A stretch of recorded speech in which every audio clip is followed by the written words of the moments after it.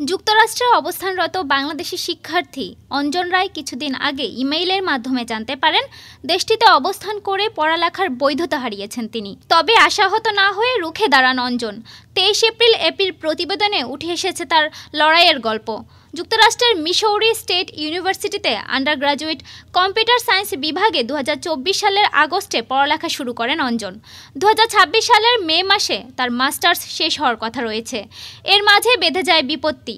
10 April ইমেইলের মাধ্যমে জানতে পারেন যুক্তরাষ্ট্র থেকে পড়াশোনা করার বৈধতা হারিয়েছেন তিনি।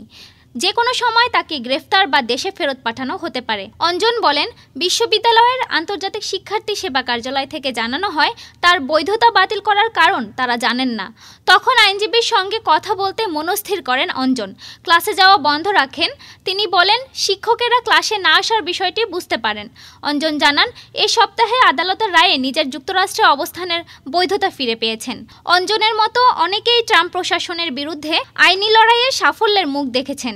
দেশ জুড়ে ফেডারেল বিচারকরা বিশেষ নির্দেশ দিয়ে আপাতত শিক্ষার্থীদের দেশে ফেরত পাঠানোর প্রক্রিয়া স্থগিত করছেন। অঞ্জন ও অন্যান্য বাদীদের পক্ষের আইনজীবী চার্লস কাক যুক্তি দেন, শিক্ষার্থীদের ভিসা বা বৈধতা বাতিলের কোনো এখতিয়ার সরকারের নেই।